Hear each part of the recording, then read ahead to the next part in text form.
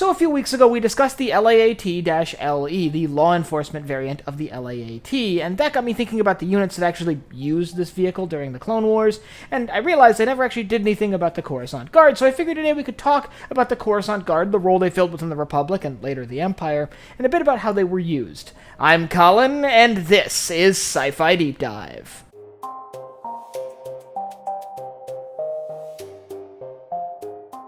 Remember, if you enjoyed this video, to head down below and hit that subscribe button. So, we're all familiar, at least a little bit, with the Coruscant Guard, the red armored clone troopers we see operating on Coruscant during the end of the Clone Wars primarily, but their history actually stretches all the way back to the beginning of the war and well into the reign of the Empire. They served a variety of roles, but were primarily seen on the Republic capital, and today I want to discuss exactly what some of those roles are. So let's start with what role these troopers were designed to fill, and they really did fill the same role from their inception to the end of their service during the reign of the Empire, which is a bit ambiguous, and we'll talk about that a little bit later. But ultimately, their role was more or less military police and extra backup for local police forces, primarily centered around the Republic capital on Coruscant. Actually, entirely centered around the Republic capital on Coruscant. And while they did venture out into the galaxy, and we'll talk about that in a sec, their primary roles included things like riot control, police patrol, and, maintaining the prison system on Coruscant. So we generally see them during high-profile situations that occur on the Republic capital.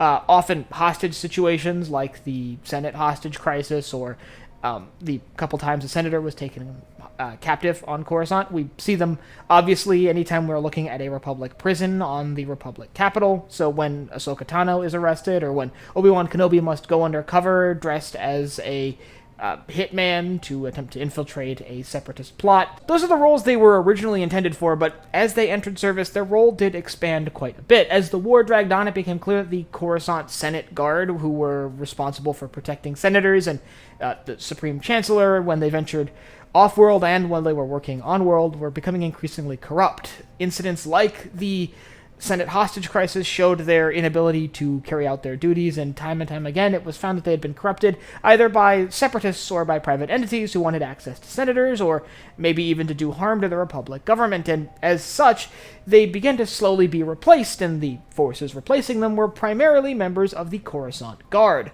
These elite clone troopers would be tasked occasionally with escorting senators as they ventured off Coruscant around the galaxy, and even occasionally escorting Jedi. That's how we end up seeing them occasionally off-world, and that's why we see them, for example, after the rise of the Empire, when Palpatine goes off to Mustafar to pick up the wounded Darth Vader, he is escorted by a pair of Coruscant Guard shock troopers, which makes sense because he is a high-ranking, now Imperial government official, and would be guarded by the Coruscant Guard. So that's how we end up with the rare instances of these forces actually operating off of Coruscant. Now, unlike a lot of their equipment, which was originally designed to police Coruscant, but when the Empire came to power, kind of scattered throughout the galaxy, the Coruscant Guard remained true to their name and their purpose until they faded from existence about 14 years before the Battle of Yavin, continuing to serve as mostly security forces on the Imperial capital of Coruscant, and,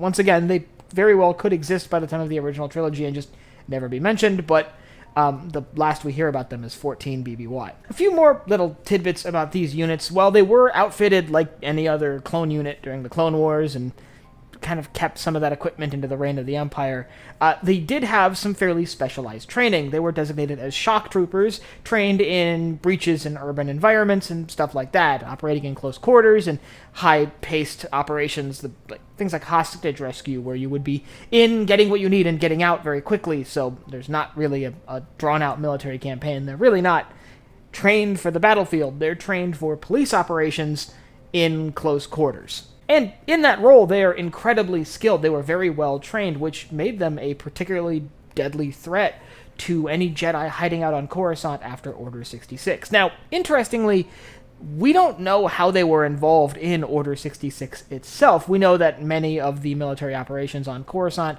were actually carried out by the 501st, which were brought back to Coruscant prior to the declaration of Order 66. But it's likely that these Coruscant Guard were involved in a variety of operations, probably centered around securing key Senate buildings, but that's just speculation on my part. We don't know where else they would have cropped up, but like I said, this is on sort of Coruscant, which is their jurisdiction. So it would make sense for them to be involved in that operation. And it's also likely that the few times that the war actually did make its way to the capital, that they were there. For example, the Battle of Coruscant, which took place on Coruscant, and while we're familiar with the space part of that battle, there was several ground incursions with the intention of capturing Chancellor Palpatine, so they were almost certainly involved in those engagements. But at the end of the day, the incredibly capable Coruscant Guard eventually just kind of faded from existence, and by the time of the original trilogy, we don't hear about them anymore, so that kind of marks the end of their story, but not the end of their equipment, most notably the LAAT-LE, their